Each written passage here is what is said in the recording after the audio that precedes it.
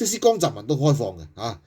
好啦，咁啊而家啲人攻擊佢，其實江澤民開放胡錦濤只係佢對法輪功鎮壓咁解嘅啫，其他嘢比胡錦濤任何嘢都開放。胡錦濤比江澤民保守好多，而且咧左好多嘅胡錦濤個人。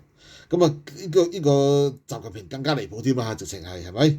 直情走晒回頭路嗱，所以咧唔同年代嘅人咧，真係有佢唔同嘅呢個叫做立場。而朱鎔基嗰邊咧，其實嗰個年代咧，成班上海幫相對都係即係點講啊？因為起碼咧喺舊上海生活過。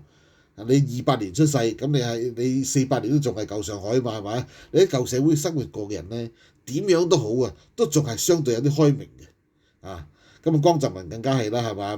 成日喺度騷英文係咪？先扮撚晒嘢。